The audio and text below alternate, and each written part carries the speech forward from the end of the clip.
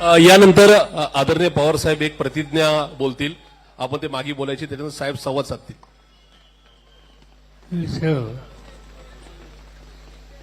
एका अस्वस्थ करणाऱ्या प्रसंगाच्या निमित्तानं आज आपण बाबासाहेबांच्या छत्रछायेमध्ये एकत्रित आलो.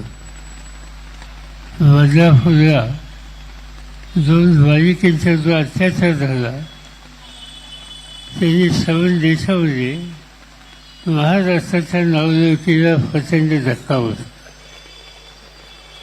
आजचे राज्यकर्ते मुलीबाईंचे स्त्रियांच्या रक्षणाच्या संबंधाची जबाबदारी त्यांच्यावरती आहे, त्याची जाण राज्यकर्त्यांना राहिलेली नाही.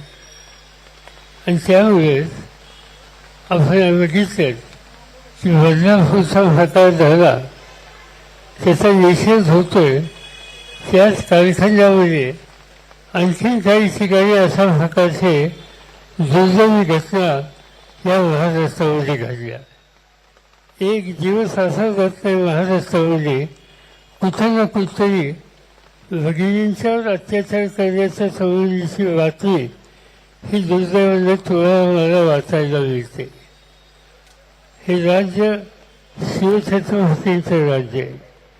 शिवछत्रपतींनी आपल्या राजवटीमध्ये रेंदाळ्याच्या पाटलांनी एका भगिनीचा तिच्यावर अत्याचार केला आणि ही तक्रार शिवाजी महाराजांच्याकडे गेल्याच्या नंतर शिवाजी महाराजांनी त्याचे हात कलम करण्याच्या संबंधीचे आदेश दिले आणि त्याला ही प्रचंड शिक्षा दिली.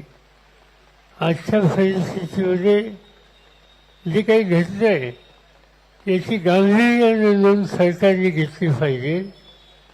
संवेदनाशील ही भूमिका त्यांनी घेतली पाहिजे.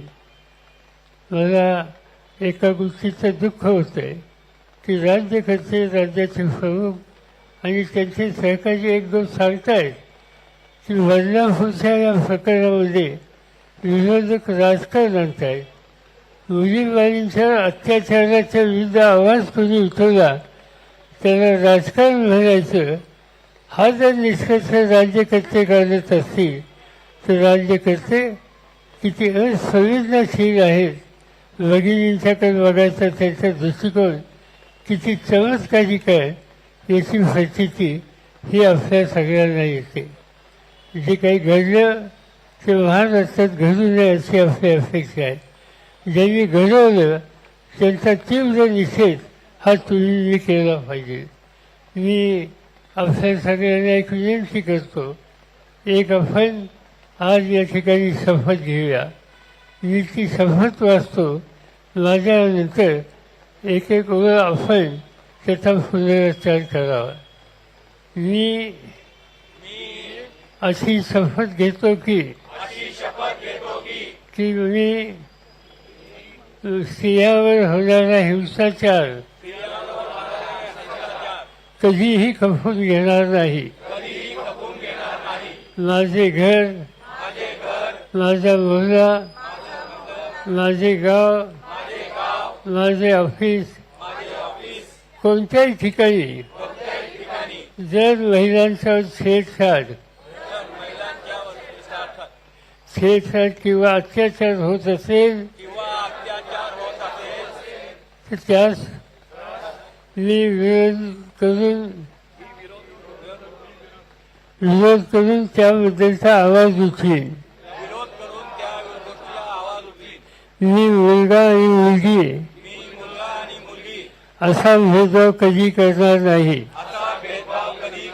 महिलांचा सन्मान राखील आणि या पुण्यनगरीमध्ये सगळ्याच्या संपूर्ण महाराष्ट्रात आणि देशात